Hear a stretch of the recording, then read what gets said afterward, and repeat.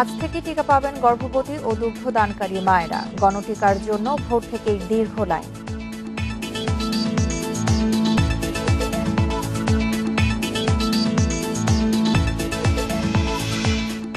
দিনে অক্সিজেন ঘাটতি 50 টনের বেশি, চিকিৎসা ব্যাহত। করোনা রোগী বাড়লে বড় সংকটের শঙ্কা।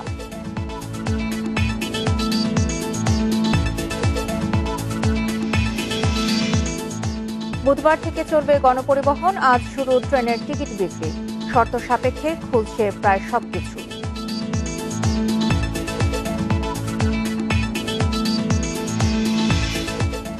খুলনার রূপসায় শিয়ালী গ্রামে মন্দির বাড়িতে হামলায় 10 জন গ্রেপ্তার, অতিরিক্ত পুলিশ মোতায়েন।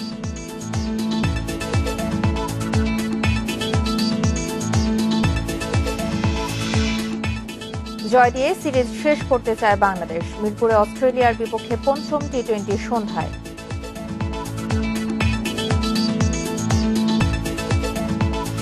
স্বাগত ইন্ডিপেন্ডেন্ট সংবাদে, সঙ্গে আছি সঞ্চারী মজিদ তমা। শুনছিলেন শিরোনাম, চলে যাচ্ছে পুরো খবরে। আজ থেকে শর্ত সাপেক্ষে টিকা পাচ্ছেন গর্ভবতী ও স্তন্যদানকারী নারীরা। করোনার গণটিকা কার্যক্রমের তৃতীয় দিনেও রাজধানীর টিকাদান কেন্দ্রগুলোতে টিকা গ্রহীতাদের উপচে পড়া ভিড়। ভোর থেকেই কেন্দ্রগুলোতে সব শ্রেণী পেশার মানুষদের টিকা নেওয়ার জন্য অপেক্ষায় থাকতে দেখা গেছে। এতে সৃষ্টি হয়েছে দীর্ঘ লাইন। বেশিরভাগ মানুষের মুখে মাস্ক নেই, মানা হচ্ছে না সামাজিক দূরত্ব। তবে টিকা নিতে যারা এসেছেন তাদের অনেকেই করছেন নানা অভিযোগ। কর্তৃপক্ষ বলছে, যারা লাইনে দাঁড়িয়ে টিকা নিতে না পারেন তাদের পরের দিন অগ্রাধিকার দেওয়া হচ্ছে। এদিকে অনলাইনে আবেদন করে যারা দীর্ঘদিনেও টিকা নেওয়ার SMS পাননি তাদেরকেও দেখা গেছে গণটিকার লাইনে দাঁড়িয়ে থাকতে। ঢাকা দক্ষিণে 75 এবং উত্তরের 46টি কেন্দ্রের পাশাপাশি সারা দেশে চলছে গণটিকার কার্যক্রম।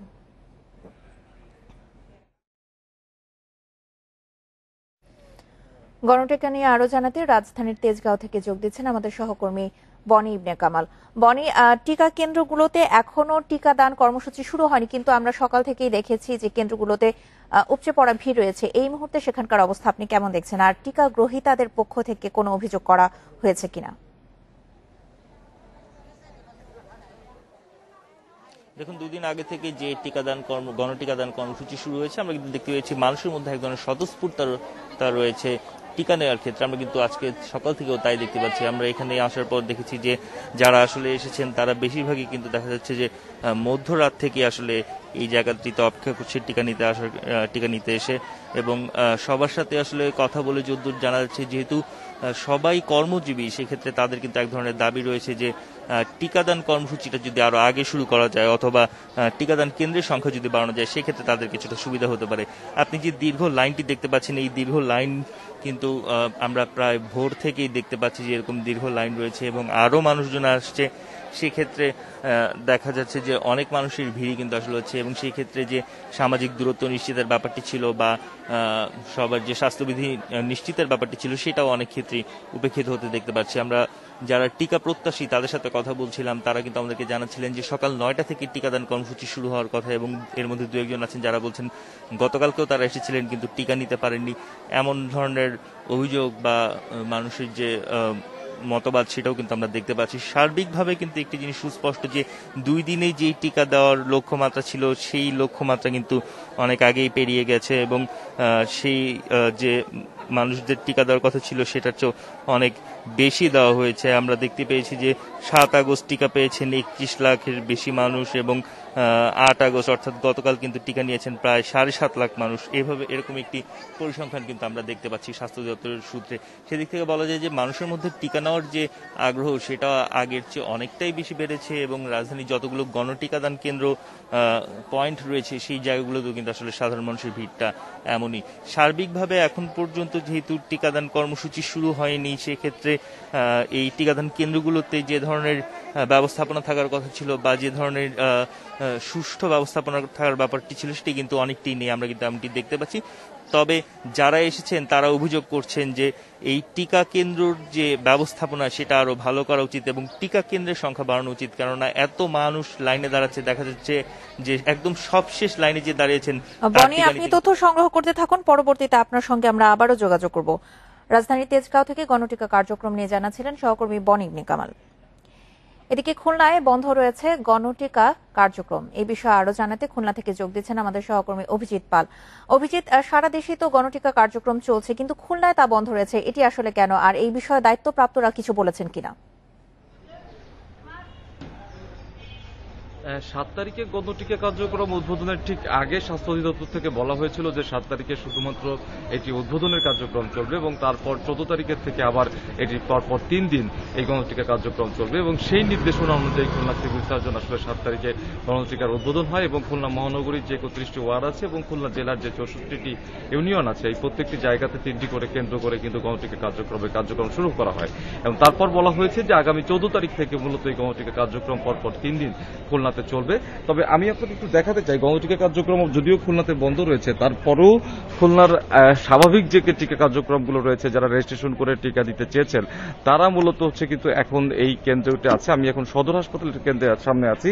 সকাল 7টা বাজে, যদিও এখনো পর্যন্ত টিকা কেন্দ্র যে টিকা দেওয়ার যে কার্যক্রম, সেই টিকা দেওয়ার কার্যক্রম কিন্তু এখন পর্যন্ত শুরু হয়নি। তারপরেও কিন্তু আমরা দেখছি যে সকাল 7টা থেকে এখানে বিভিন্ন ধরনের মানুষ এসে তারা অবস্থান করছেন এবং সময় যতটা বৃদ্ধি পাবে, বেলা যতটা বৃদ্ধি পাবে, তত এই ভিড়ের সংখ্যাটা বাড়বে এবং এই ভিড়ের সংখ্যা বৃদ্ধি বাড়ার সঙ্গে সঙ্গে আমরা সবসময়ের জন্য যেটা দেখি সেটা হচ্ছে যে ভিড় যতই বৃদ্ধি পায় তখন কিন্তু মানুষের মধ্যে যে স্বাস্থ্যবিধি মানার যে ব্যাপারটি এবং মাস্ক পরিধানের যে বিষয়টি, সেই বিষয়টি কিন্তু আসলে নিশ্চিত করা যায় না এবং অনেক ক্ষেত্রেই দেখা যায় যে প্রতিদিন সকাল থেকে দাঁড়িয়ে থেকে অনেককে ফেরত যেতে হয়েছে, এমন অভিযোগও কিন্তু রয়েছে।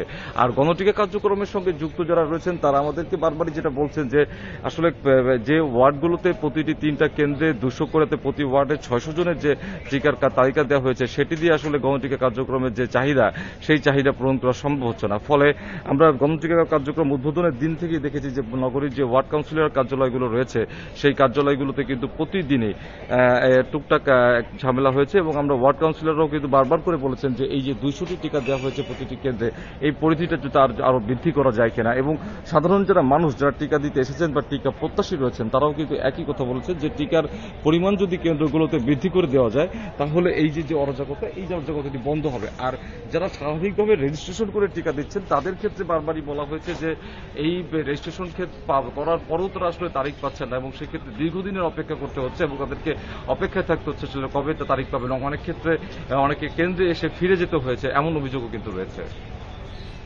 খুলনা থেকে গণটিকা কার্যক্রম নিয়ে জানাচ্ছিলেন সহকর্মী অভিজিৎ পাল। নিবন্ধনের 1 থেকে 1.5 মাস পরও টিকা পাচ্ছেন না অনেকেই। রাজধানীর অনেক কেন্দ্রে সক্ষমতার চেয়ে প্রতিদিন 4 থেকে 5 গুণ নিবন্ধন করায় তৈরি হয়েছে এই জটিলতা।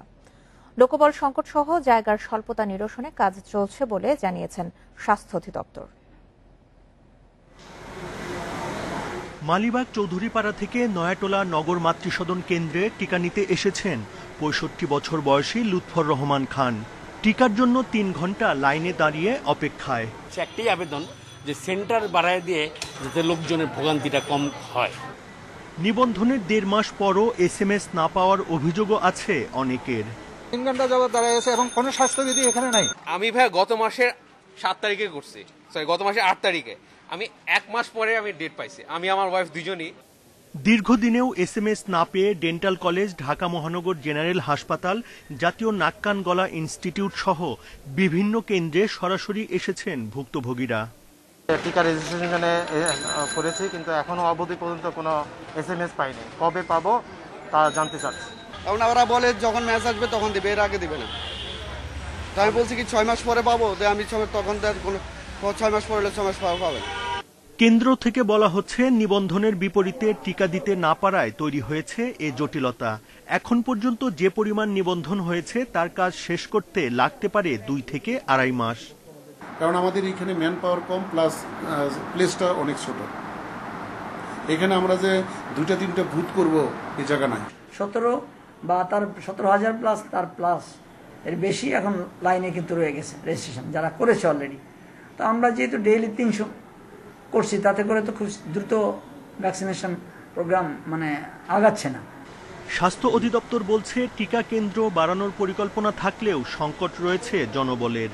যে অসংখ্য মানুষ অপেক্ষমান আছে, আমাদের কিন্তু স্বাস্থ্যের চিকিৎসক বা নার্স বা সেবাকর্মী যাই বলি না কেন, এটি কিন্তু সংকট আছে। সীমিত জনবল নিয়েই আমরা কিন্তু চেষ্টা করছি এই সমস্যাটি সমাধান করতে, কারণ রাতারাতি কিন্তু জনবল সংগ্রহ করার আপাতত কোনো সুযোগ নেই।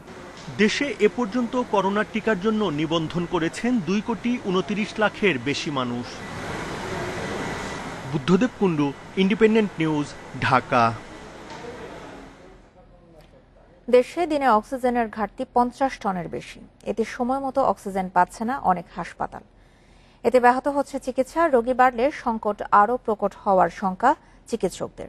তবে কোনো সংকট দেখছে না স্বাস্থ্য অধিদপ্তর। তেজগাঁওয়ের লিন্দে বাংলাদেশের বিপণন কেন্দ্র। সারাদিনই লাইন ধরে দাঁড়িয়ে অক্সিজেনের খালি সিলিন্ডারবাহী গাড়ি। আগে 4 থেকে 5 ঘন্টায় অক্সিজেন পাওয়া গেলেও এখন সময় লাগছে কয়েক গুণ বেশি। আপনার সকাল 7টার সময় আমরা আসছি, এখন কয়টা বাজে? এখন যদি আমি ঢুকি তাহলে আমার ভিতরে আরো 2 ঘন্টা সিরিয়াল আছে। এই 2 ঘন্টা পরে আমি লাইনে যাব, তারপরে আমার মাল দিব। পেশেন্টের অবস্থা অনেক ক্রিটিক্যাল, তো আমরা অনেক চেষ্টা করছি এখানে কর্তৃপক্ষের সাথে যে আপনার একটু তাড়াতাড়ি করে কিভাবে যাওয়া যায় কিনা। তারা বলতেছে যে সিরিয়াল অনুযায়ী তারপর আসতে হবে। তো এখন আমরা অনেকক্ষণ অপেক্ষা করতেছি, দেখা যাক কখন আমরা মাল পাই। 24 ঘন্টা কারখানা চললেও বিদ্যুৎ বিভ্রাটে উৎপাদন কমেছে ইসলাম অক্সিজেনে। রাজধানীর 100 হাসপাতালে অক্সিজেন দেয় তারা। প্রতিষ্ঠানটির দাবি, আগের তুলনায় চাহিদা বেড়েছে 10 গুণ। আমার ক্ষমতা আছে 2000 সিলিন্ডার বা 2500 সিলিন্ডার আমরা দিতে পারি, সেখানে এখন আমার মনে হয় 8000 সিলিন্ডারের চাহিদা। দেশের অনেক বেসরকারি হাসপাতালেই চলছে করোনা চিকিৎসা। রোগী বাড়ায় সেখানেও বেড়েছে অক্সিজেনের চাহিদা। তবে সময় মতো প্রয়োজন মিটছে না অনেক হাসপাতালের। আমরা আগে যে পরিমাণ অক্সিজেন পেতাম তার তুলনায় এখন 60% অক্সিজেন আমরা পাচ্ছি বিভিন্ন ইয়ার থেকে, লিন্ডে, স্পেকট্রা অথবা ইসলাম থেকে। যদি এই অবস্থা চলতে থাকে তাহলে আমরা রোগী নিব, ভর্তি রোগী নিব কি নিব না সেই ব্যাপারে চিন্তা করতে হবে। দেশে এখন অক্সিজেন উৎপাদন করে 3টি প্রতিষ্ঠান। লিন্ডের 90 টন, ইসলাম 40 ও স্পেকট্রার 10 টন মিলিয়ে দিনে উৎপাদন প্রায় 150 টন। 15 দিনে ভারত থেকে এসেছে 1000 টনের মতো। উৎপাদন আমদানি মিলিয়ে 250 টন সরবরাহ। এতে ঘাটতি থাকছে প্রতিদিন 3 থেকে 350 টন প্রতিদিন এখানে অক্সিজেনের ডিমান্ড আছে। আমি উৎপাদন করছি মাত্র 150 টন। বাকি 150 টন কিন্তু আমার এখানে ঘাটতি থেকে যায়। 150 টন কিন্তু প্রতিদিন ইন্ডিয়া থেকে আসছে না। হয়তো দেখা যায় 3 দিন বা 4 দিন পরে 150 থেকে 200 টন আসছে। তার মানে আলটিমেটলি আরো 100 টনের মতো ঘাটতি থেকে যাচ্ছে। তবে স্বাস্থ্য অধিদপ্তরের দাবি, দেশে তরল অক্সিজেনের কোনো সংকট নেই। Hasan Misbah, independent news, Dhaka. বুধবার থেকে শর্ত সাপেক্ষে খুলছে প্রায় সবকিছু। চলবে গণপরিবহনও। বাস, ট্রেন, লঞ্চে যাত্রী নেওয়া যাবে সব আসনে, তবে সড়কে নামবে মোট সংখ্যার অর্ধেক। জনপ্রশাসন প্রতিমন্ত্রী জানিয়েছেন, ভাড়া নিয়ে নৈরাজ্য বন্ধেই সব আসনে যাত্রী বহনের সিদ্ধান্ত নেওয়া হয়েছে। আজ থেকে শুরু হচ্ছে অনলাইন এবং কাউন্টারে ট্রেনের টিকিট বিক্রি। দেশে করোনার সংক্রমণ, মৃত্যু এখনো ঊর্ধ্বমুখী। সংক্রমণ ঠেকাতে দেয়া কঠোর লকডাউন শেষ হচ্ছে মঙ্গলবার। এরপর বুধবার থেকে শিথিল হচ্ছে বিধিনিষেধ। তবে নিশ্চিত করতে হবে স্বাস্থ্যবিধি। রোববার এই বিষয়ে বিস্তারিত জানিয়ে প্রজ্ঞাপন দিয়েছে মন্ত্রিপরিষদ বিভাগ। এতে বলা হয়েছে, অর্থনীতি সহ সামগ্রিক বিবেচনায় শর্ত সাপেক্ষে খোলা থাকবে সরকারি বেসরকারি অফিস। খুলছে মার্কেট, দোকানপাট। সব সিটে যাত্রী নিয়ে চলবে গণপরিবহন। তবে সড়কে নামতে পারবে মোট সংখ্যার অর্ধেক। অর্ধেক যাত্রী না করে ফুল যাত্রী করা হচ্ছে এই জন্য যে বারবার ওই অর্ধেক যাত্রী দিলে ওরা 60% ভাড়া বেশি নিচ্ছে, আবার একই সাথে দেখা যাচ্ছে আপনার সবটা মানে ফুল নিয়ে যাচ্ছে। তো লাভ হচ্ছে না খুব একটা, এবং করে ফাঁকি জন্য বলা হচ্ছে যে সমসংখ্যক করবে, কিন্তু স্বাস্থ্যবিধি নেই। দোকানপাট ও শপিং মল খোলা রাখার সময় বেঁধে দেওয়া হয়েছে সকাল 10টা থেকে রাত 8টা পর্যন্ত। খাবার দোকান সকাল 8টা থেকে রাত 10টা। তবে বন্ধ থাকবে বিনোদন ও পর্যটন কেন্দ্র। কোনো ধরনের ধর্মীয়, সামাজিক ও রাজনৈতিক সমাবেশ করা যাবে না। বিধিনিষেধের আওতার মধ্যে থাকছে পর্যটন কেন্দ্রগুলো, তারপরে রাজনৈতিক, সামাজিক, ধর্মীয় যে সমাবেশগুলোর বিষয় আছে, এগুলো আস্তে আস্তে আমরা সে সিদ্ধান্ত নেব। গণপরিবহন, সরকারি বেসরকারি অফিস, দপ্তর থেকে শুরু করে মার্কেট ও বাজার সহ যে কোনো প্রতিষ্ঠানে স্বাস্থ্যবিধি না মানা হলে কর্তৃপক্ষের বিরুদ্ধে আইনি ব্যবস্থা নেওয়ার কথা বলা হয়েছে প্রজ্ঞাপনে। Hasib Mahmud Shah, independent news, Dhaka. এবার করোনা পরিস্থিতি নিয়ে আরো জানাতে কুষ্টিয়া থেকে যোগ দিচ্ছেন আমাদের সহকর্মী মিলন উল্লাহ। মিলন, কুষ্টিয়ার হাসপাতালের পরিস্থিতি জানাবেন। এই মুহূর্তে করোনা এবং মৃত্যুর হার কেমন দেখছেন সেখানে? এই লকডাউনের মধ্যে মৃত্যুর হার কিছুটা কমেছে কিনা সেখানে? আসলে লকডাউনের ভিতরে মৃত্যুর হার যদি কমার কথা বলি তাহলে এটা আসলে একেবারেই কমেনি, কারণ গত কালকেও আমরা দেখেছি যে 24 ঘন্টায় 12 জনের মৃত্যু হয়েছে, তার ভিতরে 11 জনের মৃত্যু হয়েছে করোনা আক্রান্ত হয়ে চিকিৎসাধীন অবস্থায় এবং একজনের মৃত্যু হয়েছে উপসর্গ নিয়ে। আমি এখন যে জায়গাটিতে অবস্থান করছি এটি হলো কুষ্টিয়ার 250 শয্যা বিশিষ্ট জেনারেল হাসপাতাল, যেটিকে করোনা ডেডিকেটেড হাসপাতাল হিসাবে ঘোষণা করা হয়েছিল, কারণ এই কুষ্টিয়া জেলাতে করোনার রোগীর মৃত্যু এবং সংক্রমণের হার বাড়ার কারণেই কিন্তু এই সিদ্ধান্ত নেওয়া হয়। এই হাসপাতালে কিন্তু শুধু কুষ্টিয়া জেলার রোগী নাই, কুষ্টিয়ার আশেপাশের আরো 3-4টি জেলার রোগী এখানে ভর্তি হয়ে চিকিৎসা নেয় বলে এখানে এই ব্যবস্থা করা হয়েছিল। তো আপনাকে যেটা বললেন যে চিকিৎসা ব্যবস্থা বা হাসপাতাল পরিস্থিতি, কুষ্টিয়া 250 শয্যা বিশিষ্ট এই ডেডিকেটেড হাসপাতালে আজকে এই মুহূর্ত পর্যন্ত 226 জন রোগী ভর্তি আছে, যেটা তুলনামূলক ঈদের আগের থেকে যদি করি তাহলে পরে এটা কমই বলা যায়। তবে সংক্রমণের হার কম এই কারণে, কারণ গত কয়েকদিন ধরে কিন্তু এখানে পরীক্ষার নমুনা যে পরীক্ষা, সেই পরীক্ষার হার আমরা দেখেছি কম, যার কারণে কিন্তু সংক্রমণের হারটাও আমরা কম পাচ্ছি। আমরা যদি একটা হিসাব করে দেখি যে সেটা হলো যে ঈদের পর থেকে কিন্তু কুষ্টিয়ায় যে করোনা সংক্রমণের হার সেটি হলো আগে যখন ছিল 30, 33, 35 এইরকম ভাগ, সেখানে কিন্তু ঈদের পর থেকে এটাকে আমরা দেখেছি যে 22, 25, 27 এই ভিতরেই কিন্তু ছিল। কিন্তু মৃত্যুর যে হার, এই মৃত্যুর হারটি কিন্তু আমরা দেখেছি এখন পর্যন্ত বেশি, কারণ এই মৃত্যুর হার কোনোভাবে কমানো যাচ্ছে না। তবে স্বাস্থ্য বিভাগের কর্মকর্তারা বলছে যদি সংক্রমণের হার কমানো না যায় তাহলে মৃত্যুর হার কমানো সম্ভব হবে না। তো এই ছিল আমার কাছে কুষ্টিয়া থেকে করোনা পরিস্থিতির সর্বশেষ সংবাদ। কুষ্টিয়া থেকে করোনা পরিস্থিতি নিয়ে সবশেষ তথ্য জানাচ্ছিলেন সহকর্মী মিলন উল্লাহ। খুলনার রূপসায় শিয়ালী গ্রামে 5 মন্দির ও 8 বাড়িতে হামলায় 10 জনকে গ্রেপ্তার করেছে পুলিশ। এর আগে এই ঘটনায় 25 জনের নামে মামলা করেন পূজা উদযাপন পরিষদের সভাপতি। এখনও সেখানে থমথমে পরিস্থিতি, মোতায়েন রয়েছে অতিরিক্ত পুলিশ। শুক্রবার রাতে রূপসার শিয়ালী গ্রামে মসজিদের পাশ দিয়ে কীর্তন করে মন্দিরে যাচ্ছিলেন সনাতন ধর্মাবলম্বীরা। তখন নামাজের সময় উচ্চ শব্দে কীর্তনে আপত্তি জানান ইমাম ও মুসল্লিরা। এ নিয়ে দুপক্ষের মধ্যে বাকবিতণ্ডা হয়। পশ্চিম দিকে নাকি পুলিশ ছিল, তার জন্য পূর্ব দিক দিয়ে এরা আক্রমণ করে এই দিকে তো সব ধ্বংস করতে করতে চলে আসে, আমাদের বাড়ি পর্যন্ত ধ্বংস করে ফেলাইছে। হাতে অস্ত্রপাতি, রাম দাও খুন্তা কুরল নিয়ে সবাই, আমরা তখন সামনে বেরোচ্ছি, বলে কি সরস। মীমাংসায় শনিবার বৈঠকে বসার কথা দুপক্ষের, তবে তার আগেই 5 মন্দির ও মন্দির কমিটির সভাপতি নিপুণ ধর সহ 8 জনের বাড়ি ও দোকানপাট ভাঙচুর করে দুষ্কৃতিকারীরা।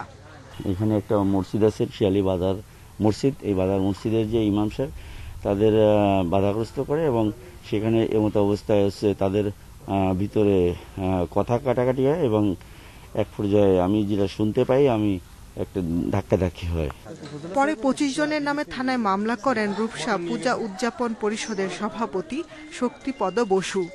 প্রশাসনের কাছে এইটুকু দাবি যে উপযুক্ত যারা অপরাধের সাথে সম্পৃক্ত, কোনো নিরীহ মানুষ যেন হয়রানি না হয়, যারা প্রকৃত এর সঙ্গে সম্পৃক্ত আছে, যারা দোষী তাদেরকে প্রশাসন ধরে তাদেরকে শাস্তি। ঘটনা তদন্তে এরই মধ্যে কমিটি গঠন করেছে পুলিশ। মামলার পর হামলায় জড়িত থাকার অভিযোগে গ্রেপ্তার করা হয়েছে 10 জনকে। যেটা ঘটছে ওটা অত্যন্ত দুঃখজনক। আমরা এটার জন্য আইনগত যে ব্যবস্থা, ওরা একটা মামলা নিয়েছি, এখানে 10 জনকে অ্যারেস্ট করা হয়েছে, আরও বাকিদের জন্য আমরা তদন্ত চলতেছে। এদিকে এখনো এলাকায় রয়েছে উত্তেজনা, আতঙ্কে স্থানীয়রা।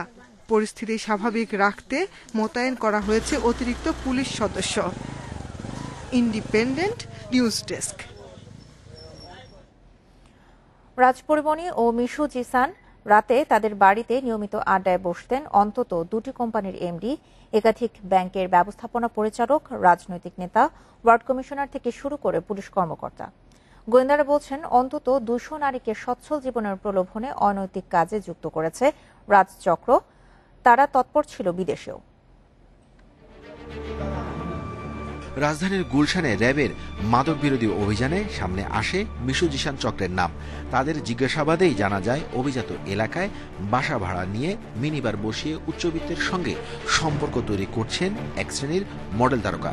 আর এর নেতৃত্বে সম্প্রতি গ্রেফতার হওয়া প্রযোজক নজরুল ইসলাম রাজ। তাদের ফাঁদে পা বাড়িয়েছে শিলা, নাইলা নাইম, আঁচলের মতো অনেক মডেল কন্যা। আঁচলের সঙ্গে একটি চলচ্চিত্রে চুক্তিবদ্ধ রাজের মিডিয়া হাউস। তাদের অনেকেই দুবাই, সিঙ্গাপুর, থাইল্যান্ড গেছেন মিশু জিশানের মাধ্যমে। টার্গেট উচ্চবিত্ত শ্রেণী। চক্রটির সঙ্গে ঘনিষ্ঠতা আছে একটি গ্রুপ অব কোম্পানির ব্যবস্থাপনা পরিচালকের। বিএনপির এক সাবেক এমপির ছেলে, একাধিক ব্যাংকের ব্যবস্থাপনা পরিচালক, ইন্স্যুরেন্স কোম্পানির চেয়ারম্যান, রাজনৈতিক নেতা, পুলিশের একাধিক পদস্থ কর্মকর্তাও সম্পৃক্ত তাদের সঙ্গে। আইনশৃঙ্খলা বাহিনী বলছে, মাদক ব্যবসা বা মজুদের সঙ্গে যারাই থাকবেন তাদের কাউকেই ছাড় দেওয়া হবে না। যারা বিভিন্ন সময় দেশি বিদেশে যারা আনন্দ ভ্রমণে গিয়েছেন, আমরা তাদের সম্পর্কে তথ্য পেয়েছি। ক্লায়েন্টদেরকে তারা এরকম বিভিন্নভাবে সহযোগিতা করেছে, বিভিন্নভাবে বিভিন্ন ব্যক্তিদের আনন্দ ভ্রমণের নামে তাদেরকে বিদেশে ক্লায়েন্টদের কাছে পাঠিয়েছে এবং এইভাবে তারা বিপুল পরিমাণ অর্থ তারা অলরেডি উপার্জনও করেছে।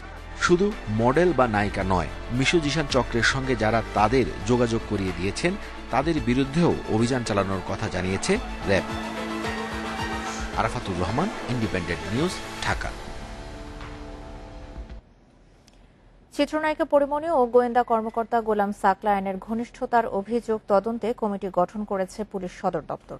কমিটিকে 15 দিনের মধ্যে প্রতিবেদন দিতে বলা হয়েছে। 3 সদস্য বিশিষ্ট কমিটির প্রধান করা হয়েছে পুলিশ সদর দপ্তরের অতিরিক্ত ডিআইজি ট্রেনিং মিয়া মাসুদ করিমকে। পরিমণির সঙ্গে ঘনিষ্ঠতার অভিযোগে শনিবার এডিসি সাকলায়েনকে ডিবি থেকে প্রত্যাহার করা হয়। এরপর তাকে ডিএমপির পিওএম পশ্চিমে বদলি করা হয়। গত 1 আগস্ট রাজারবাগের পুলিশ কোয়ার্টারে সাকলায়েনের বাসায় যান চিত্রনায়িকা পরিমণি। সেখানে তার 18 ঘণ্টা অবস্থানের প্রমাণ মিলেছে সিসিটিভির ফুটেজে।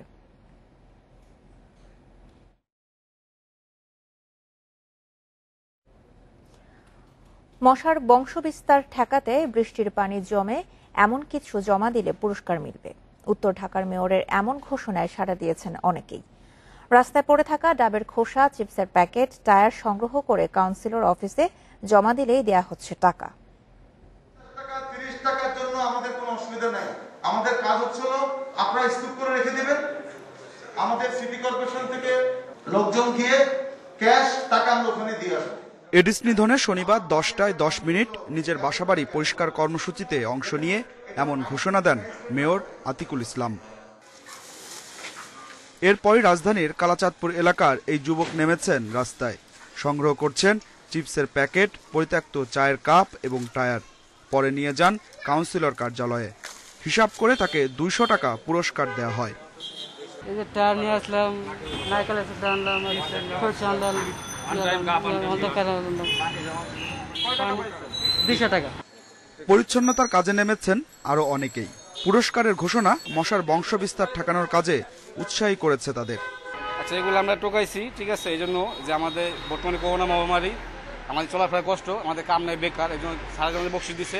জানি তো যে ময়লা ছিপের কাগজ থাকবো না, এই নারকেলের কুসা থাকবো না, ও পরিষ্কার করে রাখতো, এগুলো বলছে। কাউন্সিলররা বলছেন, মেয়রের ঘোষণা অনুযায়ী চিপসের প্যাকেট, ডাবের খোসা, রঙের কৌটা 5 টাকা এবং পরিত্যক্ত টায়ার কমর জমা দিলে দেয়া হচ্ছে 50 টাকা করে। মানুষকে উদ্বুদ্ধ করতে প্রচারে জোর দিচ্ছেন তারা। এরকম যদি 10টা ছেলে আমার এরকম ডেলি যদি 200-400 টাকার এই খোসা এনে জমা দিতে পারে আমার কাছে, তাহলে তো তারা চলতেও পারবে। এটা আমি মনে করি যে একদম ভালো একটা উদ্যোগ। তাহলে আপনার এই রাস্তাঘাট পরিষ্কার থাকবে। উত্তর ঢাকার মেয়র বলছেন, মশার বংশবিস্তার ঠেকাতে এমন উদ্যোগ নিয়েছেন তিনি। পুরস্কারের জন্য উত্তর ঢাকার মেয়র বলছেন, মশার বংশবিস্তার ঠেকাতে এমন উদ্যোগ নিয়েছেন তিনি। পুরস্কারের জন্য রাখা হয়েছে আলাদা বরাদ্দ। কাউন্সিলরদেরকে বলবো, এটি ফান্ড অবশ্যই আমাদের সিটি কর্পোরেশন থেকে আমরা দিব। এই ফান্ডের কোনো অসুবিধা নেই, শুধু কাউন্ট করে সুন্দর সিস্টেম করে দেওয়ার জন্য, যেরকম আমি বলেছি, আমাদের পথ শিশুরা বা যারা বেকার যারা আছে তারাও কিন্তু কাজগুলো করতে পারবে। তাদের বেকারত্ব যেরকম করে সলভ হবে, সেরকম করে নগরটাও কিন্তু পরিষ্কার হয়ে যাবে এবং আমরা ডেঙ্গু মুক্ত করতে পারবো ইনশাআল্লাহ। ডেঙ্গু ঠেকাতে মশা নিধন অভিযান চালানো হলেও নগরবাসীর সহায়তা ছাড়া এতে সাফল্য পাওয়া সম্ভব নয় বলে মনে করছে city corporation. Adilur Rahman, independent news, Dhaka. স্মৃতিগুলো সারা জীবনের জন্য বিষাদের হয়ে গেছে চাঁপাইনবাবগঞ্জের আল মামুনের। বজ্রপাতে বাবাসহ 12 স্বজনকে হারিয়ে হতবাক এই যুবক। দুর্ঘটনায় মারা যান মোট 17 জন। স্বজন হারানোর কষ্ট নিয়ে দিন কাটছে পরিবারগুলোর। যে পরিবারে আনন্দ উল্লাসের কথা, সেখানে বিষাদের কালো মেঘে ছেয়ে গেছে চারপাশ। প্রকৃতির নির্মমতায় শোকের আর্তনাদে ভারী হয়েছে চাঁপাইনবাবগঞ্জের জনতার হাট গ্রামের পরিবেশ। ঘটনার 4 দিন পেরিয়ে গেলেও সবকিছু এখনো এলোমেলো। প্রিয়জনকে হারানোর কষ্ট বুকে নিয়ে স্বাভাবিক জীবনে ফেরার চেষ্টা করছেন দুর্ঘটনায় বেঁচে যাওয়া অনেকে। রাত্রে যখনই ঘুম থেকে জাগছি, পাশের বাড়িতে কান্নার আওয়াজ ভেসে আসছে। আমি নিজে এখন যদি কোনো রকম হয় তাহলে তো আমার বাড়িতে দেখাশোনার মতন আর কেউ নাই, কারণ বাড়ির বড় ছেলে হলাম আমি। তো ওদের যে 4 জন ছেলে মেয়ে আছে, এদের জন্য কেউ দেখার নাই। শোকের পাশাপাশি মরদেহ চুরির নতুন আতঙ্ক দেখা দিয়েছে নিহতদের পরিবারে। ব্যবস্থা হিসেবে প্রতিটি কবরে দেয়া হয়েছে কংক্রিটের ঢালাই। রাত জেগে পাহারাও দিচ্ছেন অনেকে। এটা কোথাও আমরা শুনি নাই যে একসাথে এতগুলা মানুষ মরছে, লাশটা চুরি হওয়ার সংখ্যাও নেই, মানে এটা মুক্ত করার জন্য এটা পাকা করা হচ্ছে। এ দুর্ঘটনায় নিহতদের অনেকেই ছিলেন পরিবারের একমাত্র উপার্জনক্ষম ব্যক্তি। তাদের অনেকের পরিবার আর্থিকভাবে অসচ্ছল। সেসব পরিবারকে প্রয়োজনীয় সহযোগিতার আহ্বান জানিয়েছেন জনপ্রতিনিধিরা। ইউনিয়ন কমিটি থেকে মেম্বার চেয়ারম্যান যতদূর পেয়ে সহযোগিতা করছি। প্রধানমন্ত্রী শেখ হাসিনার কাছে আবেদন করতে চাই যে পরিবারগুলো ভেসে গেছে, লেখাপড়ার জন্য, খাওয়া দাওয়া ইত্যাদি প্রাণের জন্য আমরা আবেদন করছি। গত 4 আগস্ট পদ্মার তীরে আকস্মিক বজ্রপাত আঘাত হানে। এতে বরযাত্রীবাহী নৌকার 17 যাত্রী নিহত হন, আহত হন 13 জন। Independent news desk. করোনা পরিস্থিতিতে ধস নেমেছে পার্বত্য চট্টগ্রামের পর্যটন শিল্পে। প্রায় 5 মাস ধরে টানা বন্ধ হোটেল, রেস্টুরেন্ট সহ সব ধরনের খাত সংশ্লিষ্ট কার্যক্রম। এর জেরে অনেকেই হারিয়েছেন চাকরি, অনেকের চাকরি থাকলেও পাচ্ছেন না বেতন। বর্ষায় পাহাড় যেন শিল্পীর ক্যানভাসে আঁকা কোনো ছবি। বান্দরবানের শৈলপ্রপাত, এমার্কি, নাফাকুম সহ ছোট বড় অসংখ্য ঝর্ণা এখন জলে ভরপুর। মেঘলা, নীলাচল, চিম্বুক, নীলগিরি সবুজ পাহাড়ে ভেসে বেড়াচ্ছে মেঘের ভেলা। তবে করোনা পরিস্থিতিতে নেই প্রতি বছরের চিরচেনা পর্যটকের ভিড়। জেলায় পর্যটন শিল্পের সাথে জড়িত প্রায় 20,000 মানুষ। এপ্রিল থেকে পর্যটন কেন্দ্র বন্ধ থাকায় লোকসানে খাত সংশ্লিষ্টরা। কোনো কাজ নেই, শুধু যে পর্যটন গুলো এলাকাগুলো আমরা পরিষ্কার পরিচ্ছন্ন রাখি, কিন্তু মানুষজন আসতেই পারে না। মানুষ বেঁচে থাকলে ইনশাআল্লাহ জীবিকার ব্যবস্থা হবে। তো এই কারণে এখনো পর্যন্ত পর্যটন কেন্দ্রগুলো বন্ধ আছে। যখনই করোনা পরিস্থিতি স্বাভাবিক হয়ে আসবে আমরা পর্যটন কেন্দ্রগুলো খুলে দেব। একই অবস্থা বাকি 2 পার্বত্য জেলাতেও। রাঙামাটি শহরে 150 ও সাজেকের 200-র বেশি আবাসিক হোটেল ও কটেজ 5 মাস ধরে বন্ধ। বর্ষার শেষ দিকে টুরিস্টরা রাঙামাটিতে এসেই ভিড় করত, কিন্তু করোনার কারণে হয়তো এই বছর হচ্ছে না। প্রাকৃতিক যে মনোরম পরিবেশ বর্তমানে বিরাজ করছে, আমাদের পর্যটকরাও এখান থেকে বঞ্চিত হচ্ছে। খাগড়াছড়িতে করোনা পরিস্থিতিতে চাকরি হারিয়েছেন অন্তত 1000 কর্মকর্তা কর্মচারী। অনেকে চাকরি থাকলেও বন্ধ আছে বেতন, অনেকে আবার পুঁজি হারিয়ে বন্ধ করেছেন ব্যবসা। আমরা চাকরিজীবী, আমরা যারা আছি আমরাও তো অকেজ হয়ে পড়েছি। আমাদের যে ব্যবসায়িক সংগঠন আছে, আমাদের সংগঠনের থেকে আমাদের কোনো খোঁজখবর নেওয়া হচ্ছে না। ব্যবসায়ীদের দাবি, বিধিনিষেধে 5 মাসে পর্যটন শিল্প বন্ধ থাকায় খাগড়াছড়িতে ক্ষতির পরিমাণ প্রায় 50 কোটি টাকা। রেশমি নন্দী, ইন্ডিপেন্ডেন্ট নিউজ। বিশ্ব আদিবাসী দিবস আজ। চট্টগ্রামে অন্তত 13টি ক্ষুদ্র নৃগোষ্ঠীর বাস। এই জনগোষ্ঠীর মানুষেরা শিক্ষা, স্বাস্থ্য, যোগাযোগ, বিদ্যুৎ সহ নানা সুবিধা থেকে এখনো বঞ্চিত। ক্ষুদ্র নৃগোষ্ঠীকে বাদ দিয়ে দেশের সামগ্রিক উন্নয়ন সম্ভব নয় বলে মনে করছে সংশ্লিষ্টরা। তবে ক্ষুদ্র নৃগোষ্ঠী নয়, আদিবাসী হিসেবে স্বীকৃতি চায় তারা। খাগড়াছড়িতে চাকমা, মারমা ও ত্রিপুরা সহ প্রায় 3,20,000 পাহাড়ি জনগোষ্ঠীর বসবাস। পাহাড়ের অনেক এলাকায় এখনো পৌঁছেনি শিক্ষার আলো। দুর্গম যোগাযোগ ব্যবস্থার কারণে বঞ্চিত হচ্ছে শিক্ষা, চিকিৎসা, বিদ্যুৎ, স্বাস্থ্যসহ নানা সুবিধা থেকে। যোগাযোগ ব্যবস্থা ভালো না হওয়ায় বঞ্চিত চিকিৎসা সেবা থেকেও। উন্নয়ন হচ্ছে আপনার শহরের দিকে, কিন্তু পাহাড়ের দিকে কোনো উন্নয়ন হচ্ছে না। বিদ্যুৎ এবং পড়ালেখা, এটার সুযোগ সুবিধা কম। এখানে কোনো একটা স্বাস্থ্য কেন্দ্র বা কমিউনিটি ক্লিনিক যদি পাই, তাহলে আমাদের এই যে স্বাস্থ্য সেবাটা আমরা সুযোগ পাবো বলে আশা করি। মৌলিক চাহিদা বঞ্চিত এসব পিছিয়ে পড়া পাহাড়ি এলাকার উন্নয়নে সরকারের সুদৃষ্টি চান স্থানীয় জনপ্রতিনিধিরা। আদিবাসীরা কোনো সুযোগ সুবিধা পাচ্ছে না, কারণ ওইখানে দুর্গম এলাকা, যেমন শিক্ষার ব্যবস্থা, স্বাস্থ্যর ব্যবস্থা, যোগাযোগের ব্যবস্থা, পানির ব্যবস্থা, স্যানিটেশনের ব্যবস্থা পাচ্ছে না। ক্ষুদ্র নৃগোষ্ঠীকে অন্তর্ভুক্ত করে দেশের সামগ্রিক উন্নয়নের উপর জোর দিচ্ছেন গবেষকরা। পাহাড়ের গ্রামগুলোকে ডিজিটাল সুবিধার আওতায় আনার দাবি তাদের। শিক্ষা যাতে সবার ঘরে ঘরে পৌঁছায় এ ব্যবস্থা করতে হবে, বিদ্যুৎ সুবিধা দিতে হবে, রাস্তাঘাটের সুবিধা করার ব্যাপার আছে, এবং যে জুম নিয়ে আমরা প্রায় সময় নেগেটিভ কথাবার্তা বলি, এই জুমের বিপরীতে যাতে তারা তাদের জীবন জীবিকা সঠিকভাবে তারা পরিচালনা করতে পারে, সেটার জন্য উদ্যোগ গ্রহণ করতে হবে। পার্বত্য চট্টগ্রামের মোট জনসংখ্যার অর্ধেকের বেশি ক্ষুদ্র নৃগোষ্ঠী। Independent news desk. পার্বত্য চট্টগ্রামের ক্ষুদ্র জাতিগোষ্ঠীর মধ্যে জনসংখ্যায় সবচেয়ে কম আসাম জনগোষ্ঠী। সরকারের ক্ষুদ্র নৃগোষ্ঠীর তালিকায় নাম না থাকায় কোনো সুযোগ সুবিধা পান না তারা। শিক্ষা, চাকরি সহ সব দিক থেকে পিছিয়ে থাকা এই জনগোষ্ঠীর মানুষের সংখ্যা ধীরে ধীরে কমলেও এদের অস্তিত্ব ধরে রাখতে নেই কোনো উদ্যোগ। রাঙ্গামাটি শহরে কাপ্তাই হ্রদের মাঝখানে অবস্থিত এই গ্রামটির নাম আসাম বস্তি। ব্রিটিশ আমলে আসাম সম্প্রদায়ের লোকজন এই গ্রামটি গড়ে তোলেন, তবে কালের পরিক্রমায় এই গ্রামে এখন তারাই সংখ্যালঘু। পার্বত্য চট্টগ্রামে বসবাসরত ক্ষুদ্র নৃগোষ্ঠীর অহমিয়ারা স্থানীয়ভাবে পরিচিত আসাম নামে। নানা কারণে সুবিধাবঞ্চিত এই সম্প্রদায়ের মানুষ কমছে ধীরে ধীরে। রাঙ্গামাটিতে সব মিলিয়ে এখন টিকে আছে মাত্র 50 আসাম পরিবার। আগে খুব ভালো আসলো নিজে জাতি ভাই, এখন তো জাতি ভাই নাই, এখন তো এরকম আর কষ্টের মধ্যে এরকম আসাম বলে নাই, খালি নাম আসে, কোনো আসামই নাই এই জায়গার মধ্যে। এখন এই জনগোষ্ঠীর বেশিরভাগ মানুষ দরিদ্র সীমার নিচে বাস করে। জনপ্রতিনিধি বা সরকারি চাকরিতে জনগোষ্ঠীর কারোরই নেই কোনো অংশগ্রহণ।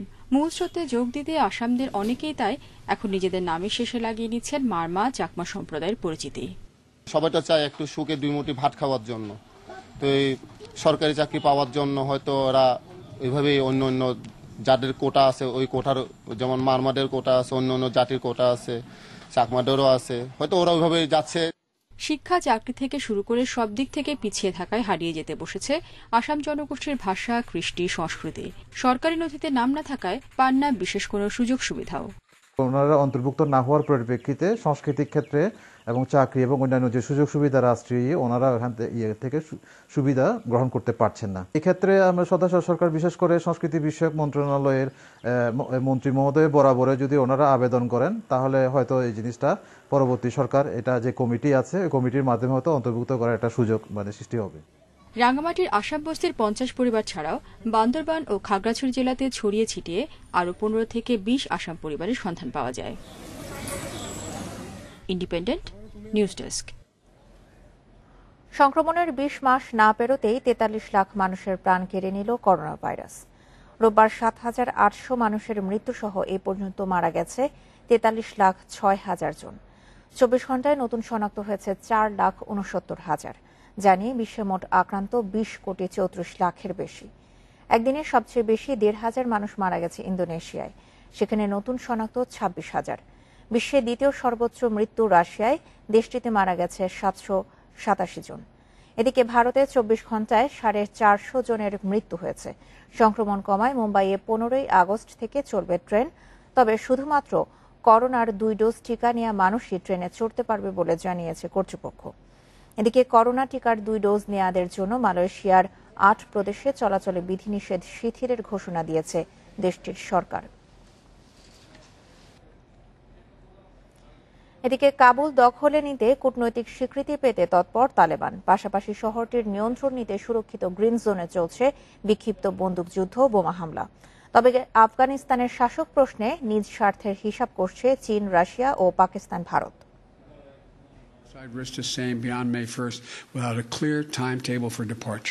যুক্তরাষ্ট্রের প্রেসিডেন্ট জো বাইডেনের ঘোষণা অনুযায়ী মে থেকে আফগানিস্তান ছাড়তে শুরু করে বিদেশি সেনারা।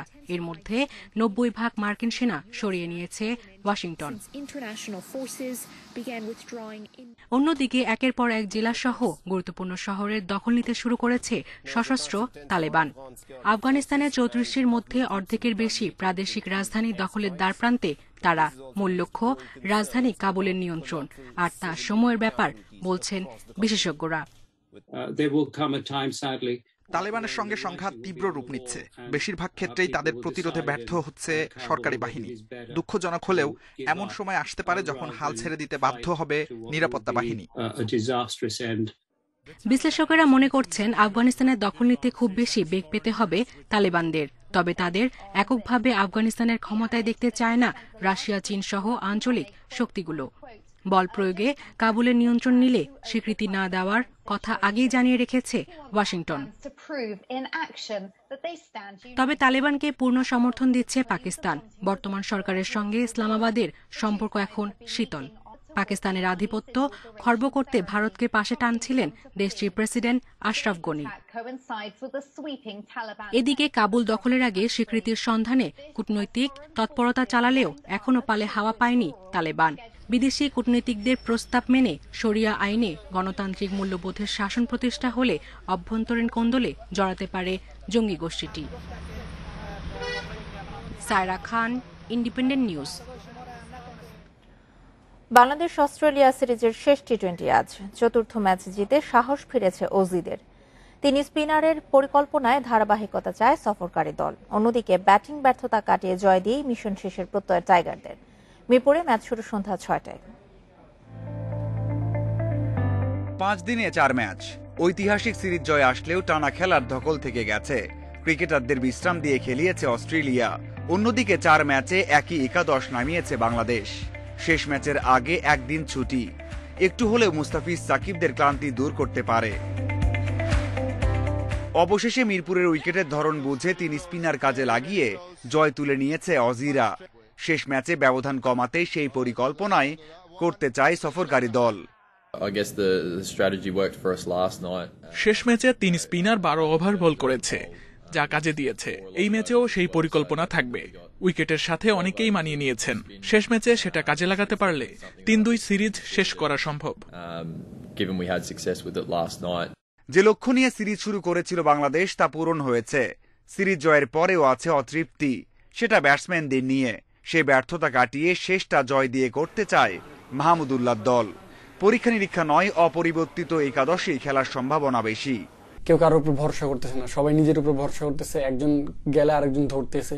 তো এই জিনিসটা যতদিন থাকবে আমার মনে হয় যে টিমকে জয় এনে দেওয়া খুব সহজ হবে। কারণ সবাই যদি সবার দিক থেকে পজিটিভ থিঙ্কিং করে যে আমি যখন সুযোগ পাবো আমি আমার সেরাটা দিয়ে আমি দলকে জিতিয়ে আনবো, তো এইভাবে যখন ভাবতে থাকবে, একজনের উপর ভরসা না করবে, তখন ইনশাল্লাহ খুব ইজি হবে খেলাটা।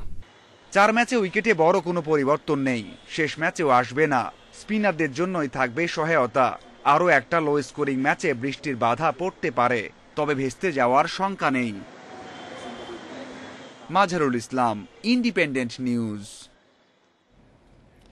আনুষ্ঠানিকভাবে বার্সেলোনায় মেসি অধ্যায়ের সমাপ্তি হলো। ন্যু ক্যাম্পের শেষ সংবাদ সম্মেলনে চোখের জলে প্রাণের ক্লাবকে বিদায় বললেন আর্জেন্টাইন এই মহাতারকা। গণমাধ্যমের দাবি, শিগগিরই পিএসজির সাথে চুক্তি সম্পন্ন হবে। নিস্তব্ধ ন্যু ক্যাম্পের প্রেস কনফারেন্সে শেষবার এলেন লিওনেল মেসি। স্ত্রী সন্তানেরা ঠিক তার সামনেই আছেন, দীর্ঘদিনের সতীর্থরাও। সময় এসেছে বিদায় বলার, কিন্তু চোখের পানি ধরে রাখতে পারলেন না, কাঁদলেন অঝরে। ধরে আসা কণ্ঠে প্রিয় ক্লাবের উদ্দেশ্যে দিলেন ছোট্ট বিদায় বক্তৃতা।